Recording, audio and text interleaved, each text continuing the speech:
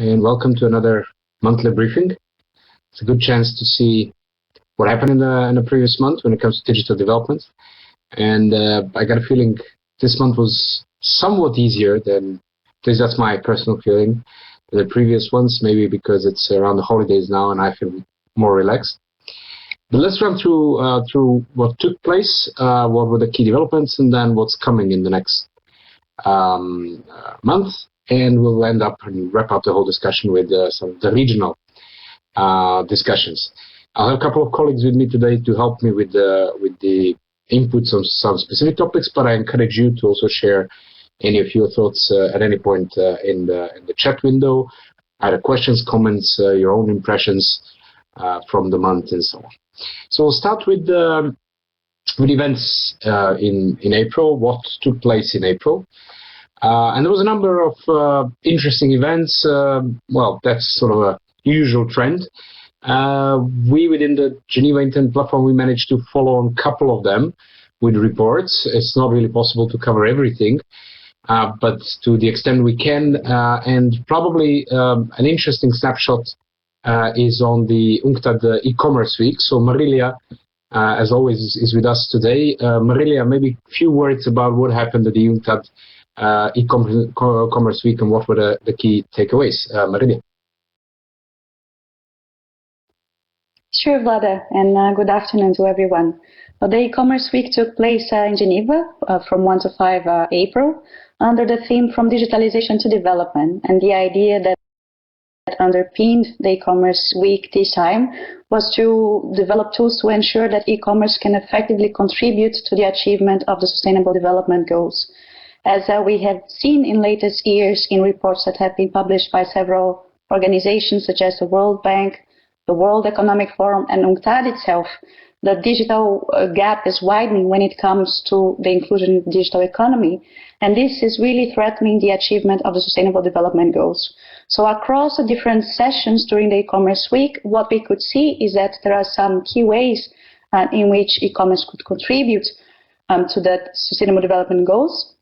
But there are things that need to be done. The first of them is to support more closely small and medium-sized enterprises. We know that the number of enterprises in the digital economy is growing. However, they are not effectively being engaged in cross-border commerce for different reasons. And so support needs to be given to these enterprises. And we could feel in the e-commerce week some echoing of the idea of the backlash with regards to big companies. So small and medium-sized enterprises need to be protected in a way that will allow them to effectively compete with these big companies. The second area in which actions need to be made is the development of legal and policy frameworks, especially in three different areas. One of them is cybersecurity, the second is privacy and data protection, and the third is consumer protection. And lastly, the policies and legal frameworks really need to put emphasis in places of the world that have not been included. And Africa is a continent that has largely been excluded from many of the benefits of the digital economy. Although progress has been made in recent years, more needs to be done. And so there were several sessions focused on Africa and how we could help entrepreneurs and medium-sized enterprises to effectively engage in e-commerce. The significant attention was paid in several sessions to the fact that negotiations on a treaty on e-commerce have started in the WTO. This was announced in January. We covered this development, and countries have started to put forward their positions. The division lines in the WTO between countries that are highly welcoming the negotiations and those that see it as with skepticism or as a way that could perhaps hamper the development of the digital industries in developing countries have been reproduced in the UNCTAD e-commerce week. So we could see that there's not consensus in this area. And finally, there have been several sessions dedicated to new technologies, so machine learning, artificial intelligence, 5G, quantum computing, and there were some calls to develop regulation in some of these areas from a trade perspective, particularly when it comes to algorithm decision-making and competition. As Vlada mentioned, we have provided just-in-time reporting for most of the sessions. It's available on the website, and there's also a blog post summarizing what happened in the e-commerce week in our website, diplomacy.edu. Thanks. Over to you, Vlada. Thanks, Marilia. So feel free to run through the reports. It was quite comprehensive. Another event which we reported from was the Second Western Balkans Digital Summit. Even though it's a regional event, it was quite interesting to observe, and I guess that's the trend in probably many other regions, that the emerging technologies like artificial intelligence, Internet of Things, and sensors, 5G, are high on the agenda, regardless of the level of development of the region. The interesting bit was there was a lot of good exchange within the Western Balkans communities of good examples of usage of blockchain, of some of the sensor networks, a lot of e-government services. So in sense of the innovation and startups, there is a vibrant community here. The problem that was identified was mainly related to lack of strategic approach by the governments of the region, lack of cooperation when it comes to formal level, and probably one of the main things that needs to be done, and I guess again it's not only when it comes to the Western Balkans, is the investment in the education and developing competencies in a more strategic way, not necessarily related just to IT, but also on a multidisciplinary level, because the labor that we require or are looking at here and around the world is actually not the IT people. It's many levels and layers of knowledge. There is a report from all the sessions from the Western Balkans Digital Summit as well. There will be the final report from the event coming, I think, next week. So you're invited to take a look at that one. And then finally, picking from a couple of those listed here, is the World Summit on Information Society 2019 that took place in Geneva. It's already a traditional event, the annual event. Itself, it's a good place for networking and exchange of experiences. The biggest focus was actually on the use of the ICT when it comes to sustainable development goals, and that's sort of a pitch which we see more and more in different fora, that the ICT things are being closely related and anchored to the SDGs and to the achievements of the SDGs. There are reports from most of digital policy sessions, so I won't take much more time on this. I encourage you to run through and see what took place. And then moving to the main developments in April, those of you that have been with us in previous months and years, you know that we prepare sort of a barometer, which basically shows the pressure, the level of the importance or the pulse of the digital policy developments in the previous month comparing to the previous month. So we try to emphasize the aspects of the topics that gain some relevance in the previous months. So I'll run through some of the issues. There will be more details online again afterwards, but running through the main topics. Focusing on those that are high on the barometer level. Security is that's again the traditional things that we always have some I would say interesting bits when it comes to security. This time there were, let's say, two main bits. One is the G7 meeting led by France, which had a strong component on cyber, and the final declaration of G7 also brought in, or the one of the outputs was a dinner declaration on the cyber norms initiative, where basically, and we can say it was sort of expected, that the France is going to push the main bits that are in the Paris Call document, and generally supporting or inviting its partners within G7 to push forward on the exchange of information, best practices, lessons learned when it comes to implementation of the norms, voluntary non-binding norms, and on responsible state behavior. So the declaration itself didn't bring anything new. It is sort of we can say there is a new initiative, the Cyber Norm Initiative, At the moment, it is launched within the G7, but they invite all the other partners, probably mainly like-minded, to support this exchange of experiences.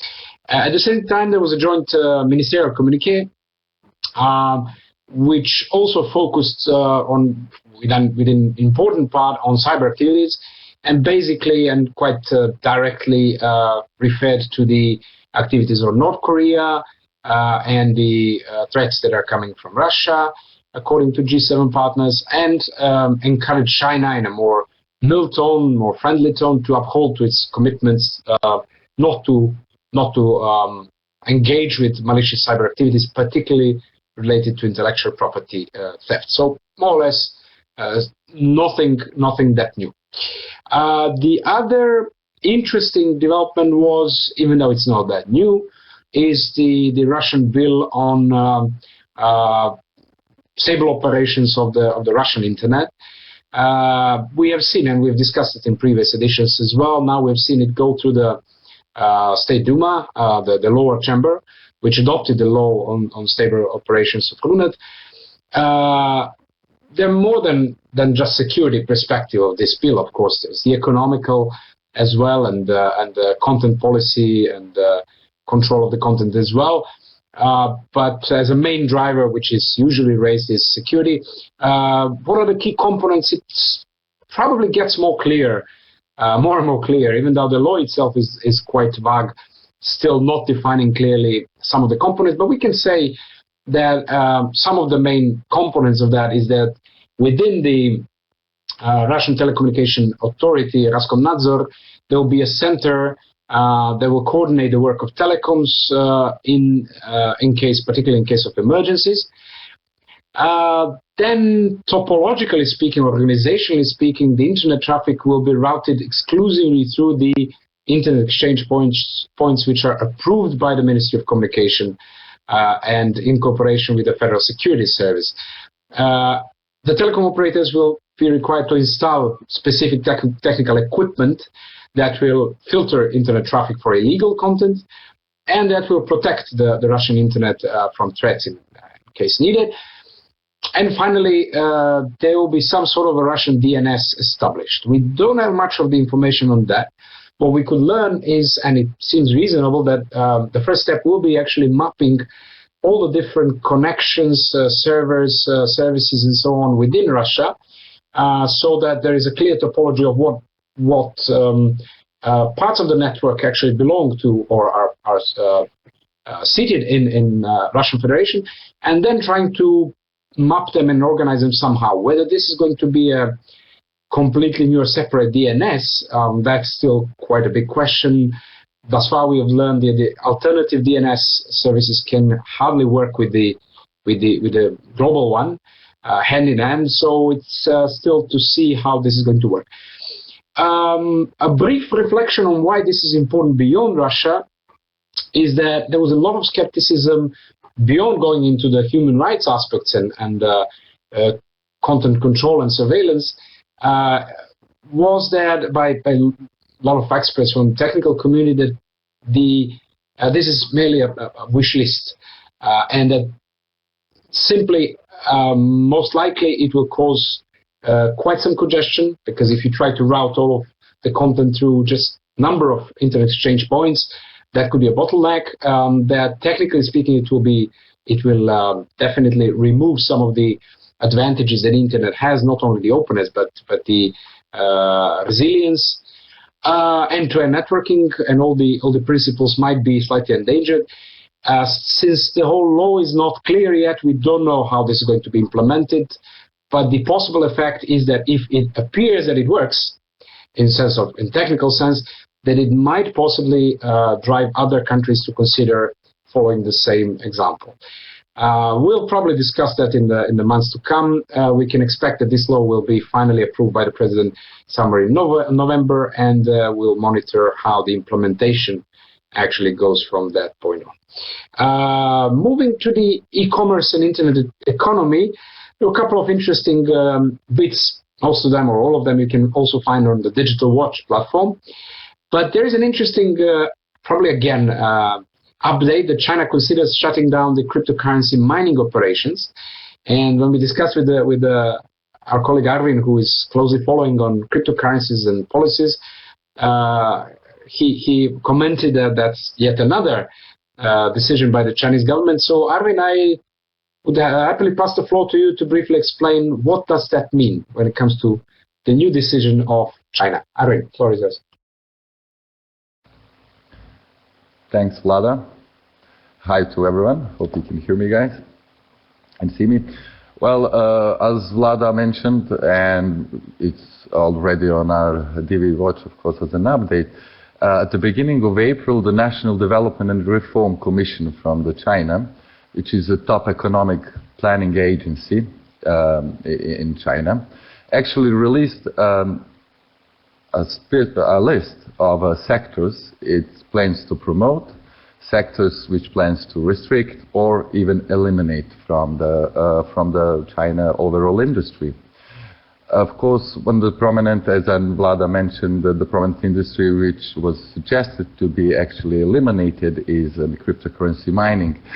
And why is this? What's the reason behind it? Of course, the environmental impact that Bitcoin mining is causing in China. As we all know, cryptocurrency mining and security of the systems and blockchains are mostly secured by the computer power, by the processor power of everyone who's doing this mining or participating in the networks. The biggest mining operations in the world were in China, and almost 70% of the whole hashing power in this cryptocurrency networks is in China. Why was this? Basically because all of this industry is developed and scarce through the parts of China which are not developed, central parts of China, with subsidized electricity, which means that the governments actually subsidize electricity pay for that and use enormous amounts of hydropower. So in this proposal from the China government, they actually try to restrict this and try to suggest that Bitcoin industry is Bitcoin mining industry is no longer desirable in China. In a sense, they try to move to the more cleaner and more efficient, energy efficient technologies. This might actually come through throughout China's the entire regulatory framework, but it might actually not make a significant difference. But as Vlada mentioned earlier, this is a seventh try from the China government to actually impose some kind of ban of cryptocurrency or ban of cryptocurrency mining. Those similar lists as this one were already merged in 2011 and 2014, and many of these industries listed to be shut down in China or restricted are still there, still in China, still working. So this might be a step towards the China controlling the energy consumption of Bitcoin mining, but might not end up like that. Especially, we need to mention that in this area, in a local industry development, the local government actually has a lot to say. So if there is any, let's say, rejection to this, or any local government's second thoughts on maybe reducing the industry, this might not happen in such a short time. So China, of course, will still lead the world in mining operations, but there are other countries and states, regions which are trying to now, by subsidizing the energy, actually track this kind of this industry back to their respective countries. That would be it. Thanks, Vlada. Thanks, Aaron. It's quite useful to remember that there might be more than one reasons, or there's layers of reasons, and in this case, probably energy plays an important role in decision making. Sometimes we forget how complex these decisions or how many factors impact them. Thanks, Erwin. Moving on to the second set of month, where you can see the digital rights and the jurisdiction and legal issues, mainly around the Facebook scandals and data protection on one hand, on the other hand, about the misinformation operations, particularly in light of the upcoming elections in a number of countries. We've seen things happening in India, then the EU elections that are coming, and so on. We'll get back to that in a minute, when we'll focus actually as one of the trends there. But it's definitely worth mentioning under the digital rights part, the Wikileaks arrest or Julian Assange arrest by the UK police. There are, of course, a number of comments in the public and meta communities on that. At the same time, Ecuador reported a high level or much higher than usual level of cyber attacks following the arrest of Assange. So that's an interesting note. We'll get back to these developments in a short while. And then looking into infrastructure, net neutrality. Infrastructure didn't have that high pulse this month. However, I would like to note the controversy on Huawei, which has not reduced, basically. And we have seen in the last couple of days, some developments, particularly when it comes to the UK, which there was a leaked document that the UK is going to allow Huawei's role in 5G network, though not on critical aspects of the network. At the same time, the US State Department was open to warn UK even openly that there might be limits in intelligence sharing if UK and other partners allow Huawei to be in the network. It is important to note that the GCHQ, basically the security sector of the UK, is not against Huawei's involvement, they say, or the chief says that there are ways to mitigate the risks while benefiting from what Huawei can offer. And at the same time, there might be a huge loss for UK if they, at this point, stop the plans for the 5G network because of changes towards Huawei policy. So again, there are a lot of layers of these decisions that we can take into account. Probably the UK, this battle over UK for Huawei will be something that will heavily influence other countries around Europe, and then the Huawei's position on the global market. When it comes to the new technologies, finally, the AI the artificial intelligence, particularly facial recognition technology aspects, were high on the agenda this month. And I will pass the floor to Katarina, who is our chief person for following the artificial intelligence development, and she was also in lead of the research on data and diplomacy, and currently the project on AI and diplomacy, and the course which is running, but we'll mention that later. Katarina, you may briefly run through a couple of main developments when it comes to AI aspects throughout April. Katarina. Okay, thanks, Vlada. So as you can see on the slide, we highlight 4 developments, and what I'm going to do is I'm going to zoom in to 2 developments in particular. So the first one, which is really interesting to note, is that there's been quite some concerns, protests, and even refusal to sell AI facial recognition software. So what we've seen was a letter by 25 of the most prominent AI researchers addressed to Amazon, expressing concern over Amazon's selling of facial recognition software, and concerns especially about human rights and the impact this could have on the most vulnerable and the most marginalized, in particular people of color and women. At the same time, 2 weeks ago, we also saw Microsoft refusing actually to sell facial recognition software to law enforcement agencies in California. And here a similar argument, there were concerns about human rights.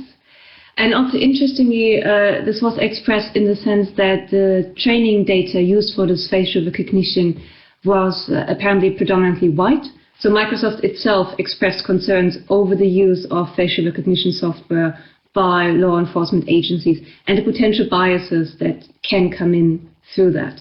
So that's really interesting to note. And the other thing I think is well worth highlighting is developments at the level of the EU. So we've seen quite a few months of consultations through the EU high-level expert group, now leading to their publication of ethical guidelines for trustworthy AI. And what we've seen, it's very human-centric, so humanity and the common good for humanity is at the center of this trustworthy AI. The report outlines principles to guide the use and development of AI, but at the same time it also thinks about how to operationalize this, so how to put this into practice. There are 3 key principles, which are AI needs to be lawful, ethical, and robust. And robustness both in terms of the technical side, but also the interaction of the technological side with the societal sphere. In the report, we also see 7 requirements for trustworthy AI outlined, and I'm going to highlight 4, which are human agency and oversight. This is something we hear a lot when it comes to discussions around AI, privacy and data governance, transparency and accountability. And if you look at an example such as facial recognition, which is machine learning, which is artificial neural networks, this call for transparency and accountability is particularly hard to meet. So I think over the next couple of months, if not years, we're going to see a lot of discussion around these principles and how to put these principles into practice.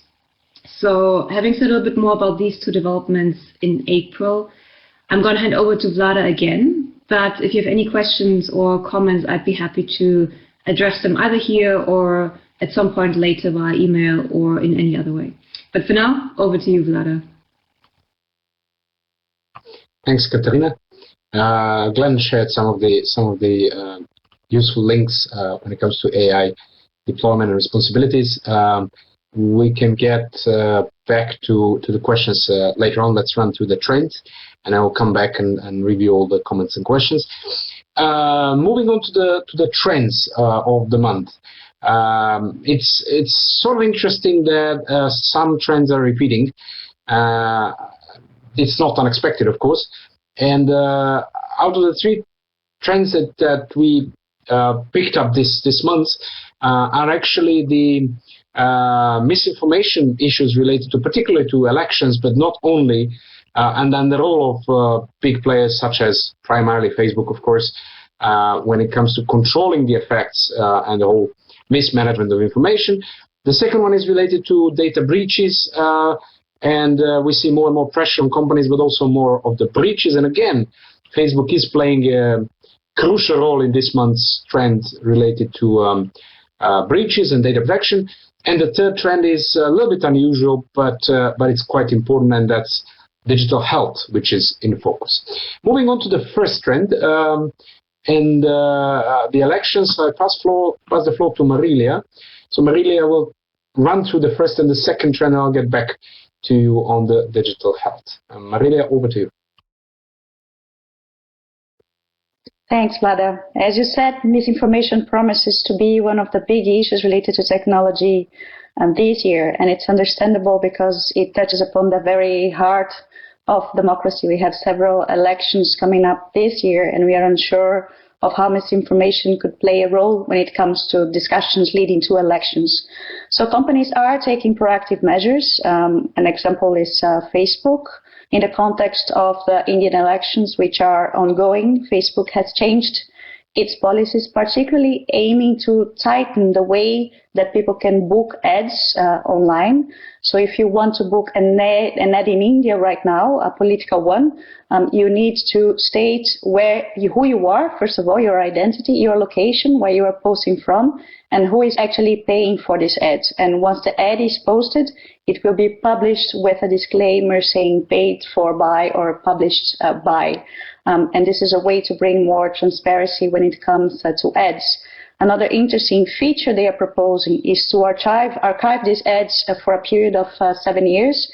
in a searchable database. So if there are doubts when it comes to the ads, you can always go back and check. And finally, they have proposed to create some regional standby teams in order to deal with misinformation in a more speedy manner. But of course, not everyone is happy with the measures proposed by Facebook when the measures have been made public online. These raised concern particularly from the side of the European Commission. They sent a letter to Facebook saying that they are concerned about the new measures, particularly when it comes to the need to register in a particular country to be able to publish ads. In the context of upcoming European elections in May, that could be very cumbersome for people to have to register in different European countries to be able to post ads in the context of elections which are cross borders. So we see from this example that it's very hard to find a one-size-fits-all solution. Perhaps Facebook will need to adapt when it comes to other elections which are not national as a base. But we see that more and more companies are taking into account geographic boundaries when they develop their policies. And it's a very interesting development as well that digital policy sort of is getting back to the digital, to the base of territory when we try to design digital policies. And it's interesting to see as well that it seems that liability for content has more or less been accepted by different sides. The authorities are holding platforms accountable, and platforms are also taking action, showing that they sort of recognize and accept that they have a responsibility on the matter, which is a change from what we have seen in previous years. So this is the core of this first trend. Moving on to the second trend that has been mentioned by Vlada, it is related to data breaches, which is something that is not new. And the data breaches this month, Facebook has been the focus again. We had another case of news coming to the public light. A cybersecurity firm found out that two very large troves of data concerning Facebook users were publicly posted on Amazon cloud servers. This allegedly touches upon more than 500 million Facebook users, and probably this data has been leaked by two different app developers that published the information online or were not very mindful with the security of this information.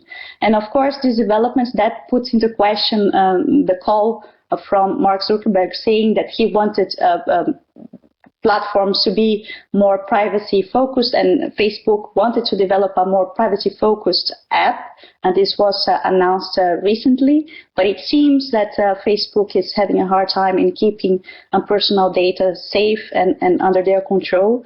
So this brings doubts to the call. And we will also recall that last month Zuckerberg called for more governmental regulation on internet companies, and that the UK Information Commissioner officer made a sort of a joke, but saying, okay, if they want more regulation, will then Facebook drop the appeal on the fine that they received after Cambridge Analytica, because this is what regulation is about as well. So we will see how this case will unfold. But we had news in Sri Lanka as well after the terrorist attacks, and showing that the Sri Lanka government has blocked access to social media, some apps, VPNs. So we see that the problem with misinformation is widespread, is global. It touches upon different types of platforms, and this is a trend that is ongoing and will probably continue to be important in the following months. Over to you, Vlada. Thanks, Marilia. It seems like Facebook will be a very frequent guest in our updates, and I hope it might be on a positive side as well at some point. Okay, moving on to the third trend of the month, which is digital health. And this is not something often in the focus because it doesn't have space to dominate over other security and data protection aspects. But this time there were a couple of interesting developments. But before that, when we talk about digital health, we basically look at it as with any other technology. We look at it as a tool that can enhance the health options, improve people's health, individual levels such as wearables or IoT sensors and stuff, and also the national level, such as the health national strategies, the health databases, and so on, health data and so on. Particularly important will be artificial intelligence, IoT, and all these emerging technologies. But then that's one side of the coin. The other side of the coin is, again, the impacts of technology or policy aspects of that, or if you wish, digital health as a topic on the agenda. And there, of course, we see the implications which are related to data protection, again, particularly sensitive personal aspects of health data, then security, and we see more and more health industry players that are being targeted by cybercrime, ransomware, and so on. Of particular importance will be updating the regulations and creating policy environments which can encourage the development of the health digital tools in health, but also mitigate the risks. Now, of course, one example is the GDPR, which provides a high level of protection for health data. But we might be seeing more of such examples. You can find on the Digital Watch there is a dedicated page under the trends on digital health, and we'll be following also on these developments. One of the reasons, of course, is because it's becoming an increasingly important market as well. So what are the three developments of this month that made us find or see that as a trend of the month? The first one is two of them are related to the World Health Organization. WHO recommended 10 ways, or provided guidelines that recommend 10 ways in which countries can use digital health technology to improve people's health. Among others, it's offering the possibility of registering births via mobile phones and offering e-learning for training for health professionals and so on. So you can take a look and you might find some interesting examples and recommendations. The second one is interesting, particularly for young parents, which is that the WHO also offered guidelines on the amount of screen time for children as the screen time or the devices impact their sleep and the motorics. And for instance, for kids up to 2 years old, the screens are not recommended, while for those between 2 and 5 years, maximum of a daily screen time should not go over 1 hour per day. So that's quite an interesting takeaway. And WHO is generally increasingly concerned about the kids' well-being. They've also classified the gaming addiction as a disorder last year. So things are moving in that direction as well. And then we've also seen the French Health Ministry updated its legal framework for hosting health data, and in particular, the obligations for service providers and health practitioners when collecting and processing data. So we might see more of these trends in future. And that will be the last trend of the month. And by the way, thanks, Glenn, for sharing the update on the Global Humanitarian Technology Conference of the IEEE. What strikes me with your example is that the IEEE, as an engineering forum, is actually following the SDGs as thematic areas, which is amazing. It's a good example of how technological and political and diplomatic fora can combine and go along the same track. Thanks for sharing, and I think all of you can see the link to the event. Okay, moving to what's coming in May. April, May, June are usually very, very hot when it comes to events and digital policies. There are a couple of interesting events. One is back to the Southeastern Europe. It's the CIDIG annual meeting, so the regional Internet Governance Forum of the Southeastern Europe, which is taking place in Bucharest. You can see it is the 5th one. So if anyone is around or willing, feel free to join, and there will be online participation as well. Then we have the 22nd session of the Commission on Science and Technology for Development, the CSTD in Geneva. And then a couple of other things which are coming after us. Marilia, if you wish to comment anything on the CSTD event, feel free to jump in. Now you can also reflect through the chat if there are any interesting bits. One thing we didn't put here is the high-level panel, because we are still waiting for some official news on the high-level panel on digital cooperation by the United Nations. And what is expected is the report will probably be done in the beginning of June. At this moment, the panel is preparing for the report.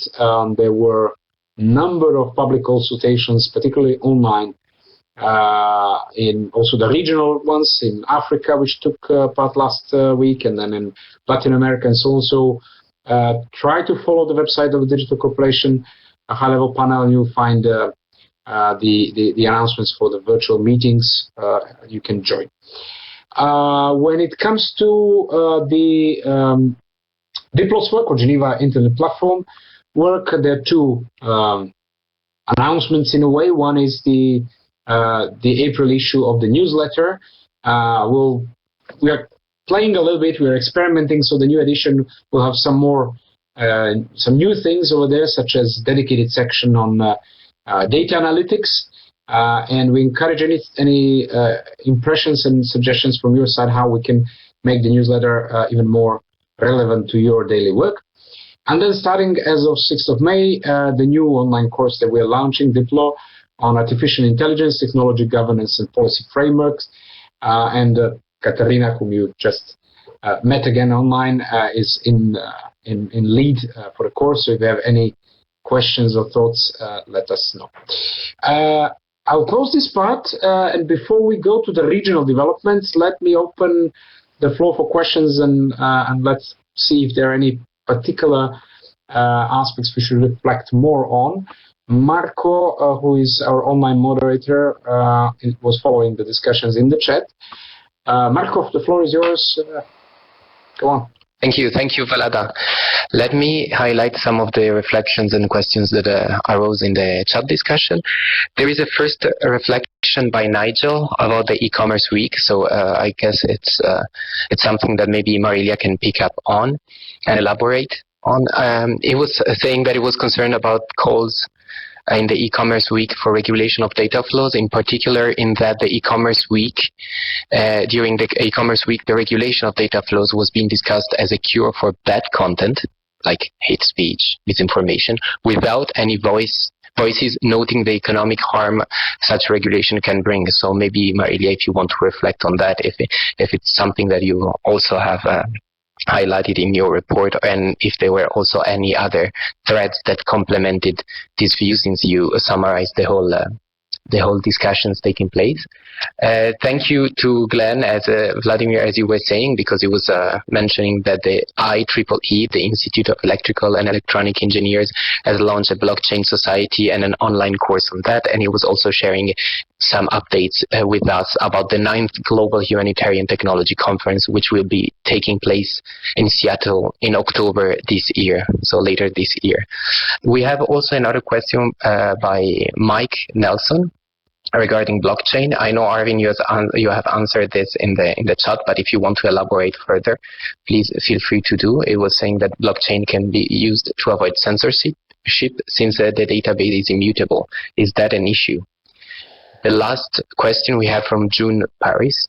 She's elaborating, so maybe this question is for Katarina, about the link between transparency and AI.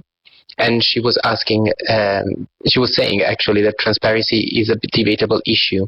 In particular, how much transparency can be there when the design stages have different levels of secrecy. Especially, she was saying, during initial stages of development a new technology where copyright or secrecy can be there. So how much transparency can be achieved? And then we have also some later reflections from Katarina. She was just sharing the fact that during the AI for Good Global Summit at the end of May, we will also be there with a session. And one from Ginger, actually, she was commenting on the WHO guidelines on gaming, and she was stressing that the WHO's attention was on the sedentary habit rather than the screen time, which is also present, of course. These are the main points that arose. I will follow the discussion and also ask you for the floor if there is anything else that will come up. Thank you. Thank you, Marco. Maybe Marilia, firstly, if you want the reflections, if I caught it correctly, on e-commerce week and then on the transparency, and then we can see if Arvin also wants to jump in. Marilia. Thanks, Vlada, and thanks, Nigel, for this observation. Well, in fact, data flows are one of the key topics that have appeared even before the negotiations started officially in January, when countries were putting forward their positions in the WTO with regards to the future of negotiations.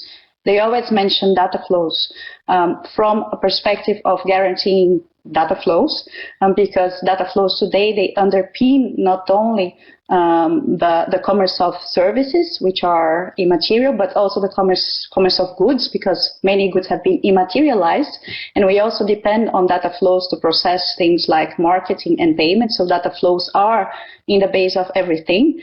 Or in the other perspective, is countries saying that actually seamless data flows are only guaranteeing that the winners of the current digital economy will just amass more information, larger amounts of data, and it's just guaranteeing that they will sustain their leader positions in the digital economy, preventing competition from new players.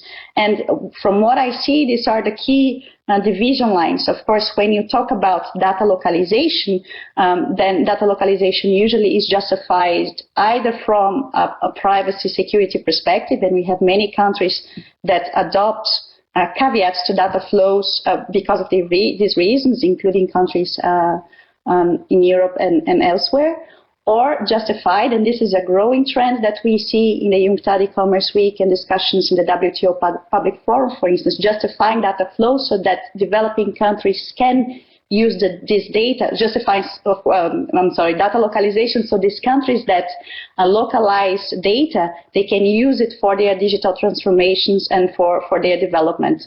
So I think that the economic justification for data localization is growing in importance in UNCTAD discussions and in the WTO as well.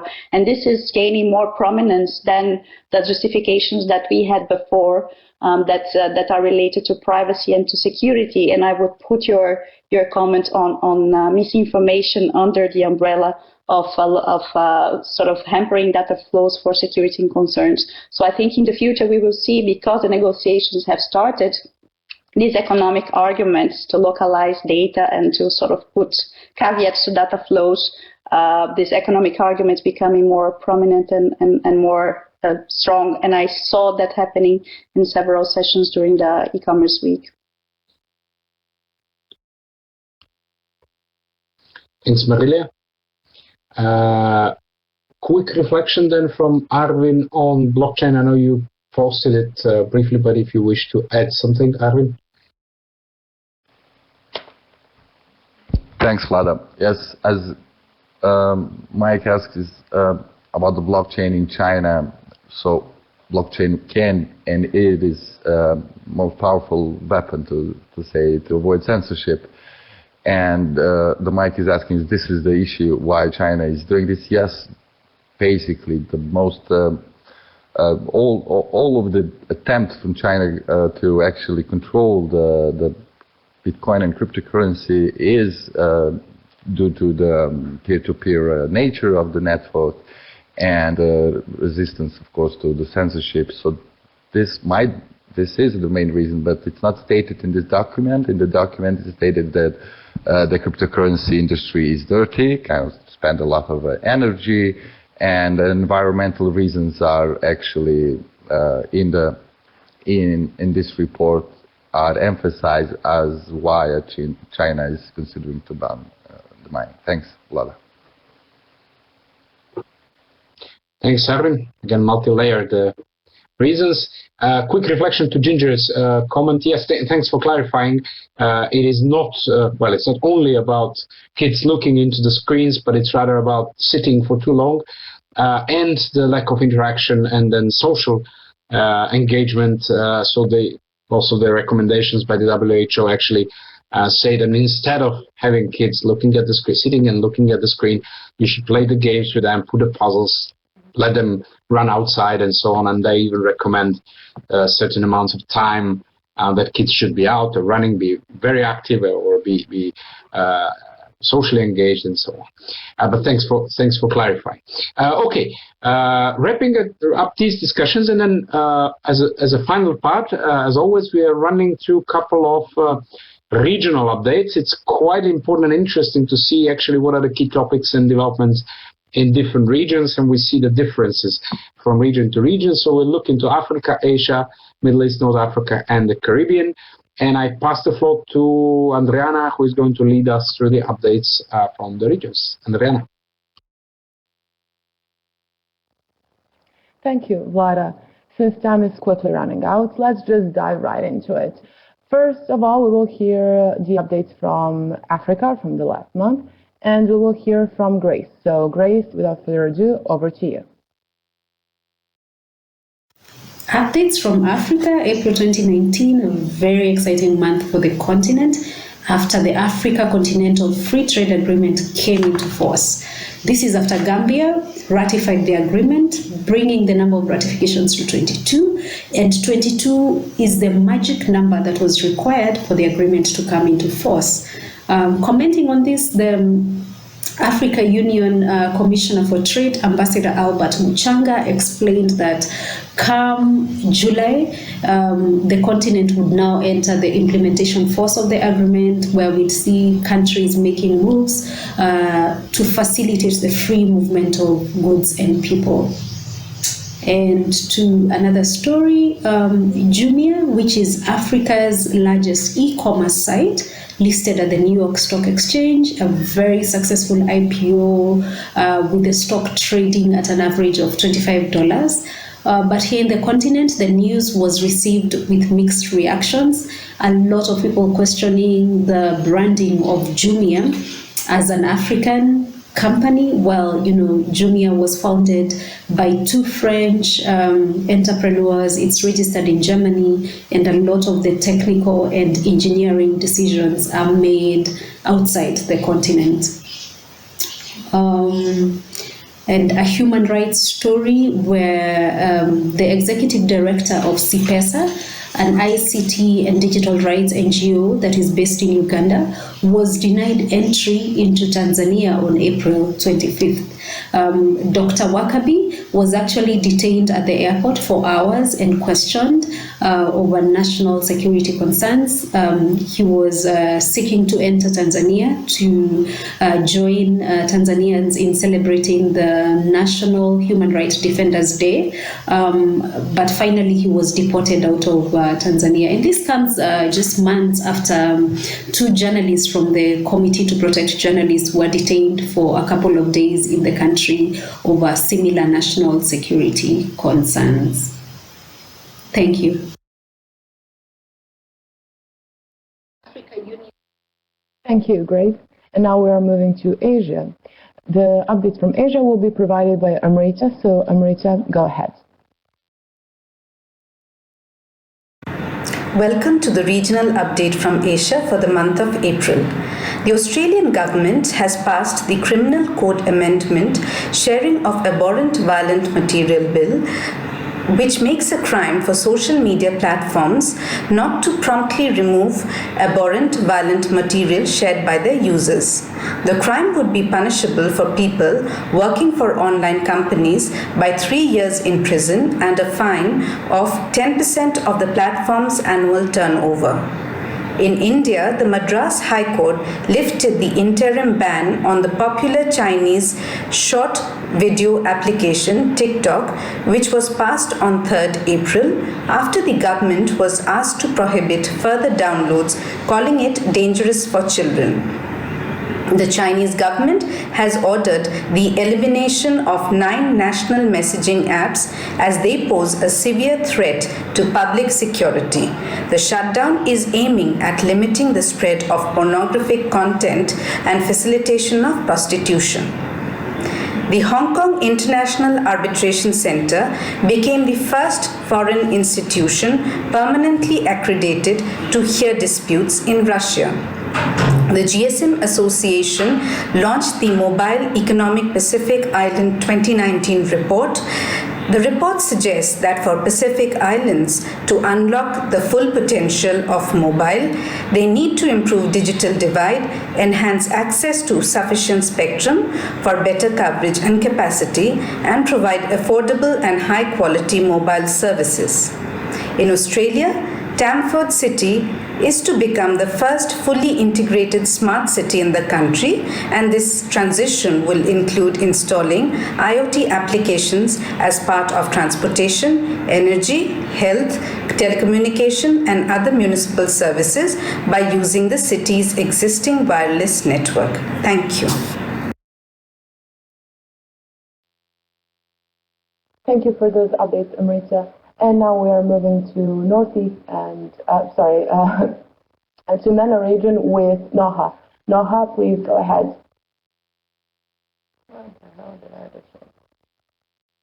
The first update in April is from Iran, where banned social media messaging applications hinder emergency relief.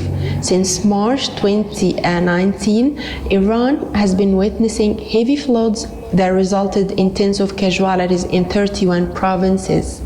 The situation was aggravated by the ban of social media applications, which encumbered reporting on landslides and falling rocks, and hence emergency relief and mobilization by aid workers to reach affected areas. Iranians, including government officials, journalists, and citizens, have condemned such practices and called upon the government to lift the censorship on social media applications, even if temporarily. On 27th March, the state's cyber police force issued a statement warning against reporting on the flooding of social media or being prosecuted for disturbing public opinion and disrupting the peace in society. The second update is from Dubai.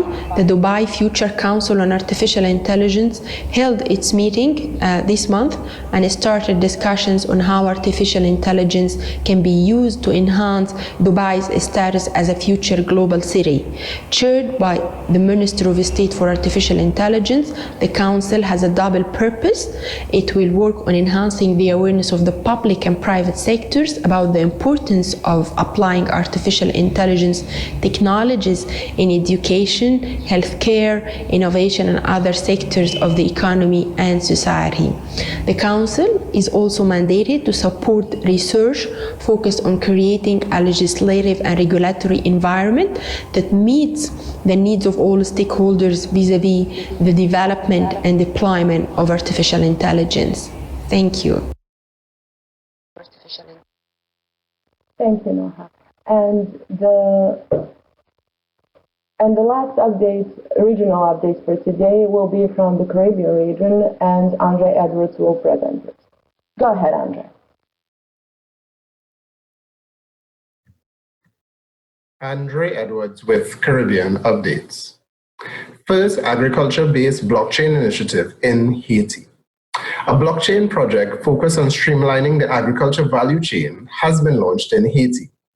The Ministry of Industry and Commerce of Haiti and the Business and Investment Development Project have selected AgriLedger as the company to coordinate this pilot. As part of this World Bank-funded project, the traceability of the value chain of fresh fruits coming from various provinces, along with payments, will be facilitated. Farmers are expected to sell directly, gaining a price that more accurately reflects supply and demand. Jamaican ICT experts advocate against net neutrality. Several Jamaican ICT experts are advocating for a tiered levy on enterprise internet users, moving away from net neutrality. With net neutrality, an ISP treats all broadband users equally.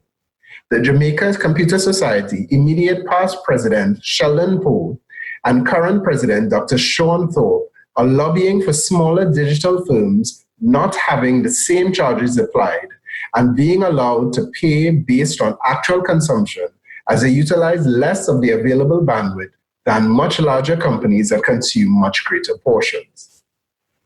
Orange's French Caribbean subsea cable upgraded.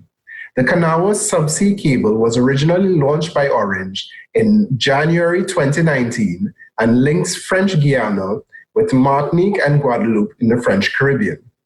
This two-pair fiber system is 1,746 kilometers in length and has been upgraded to provide up to 10 terabits to users. This increased high-speed connectivity is expected to meet the rapid growth and demand for digital services in the Caribbean region.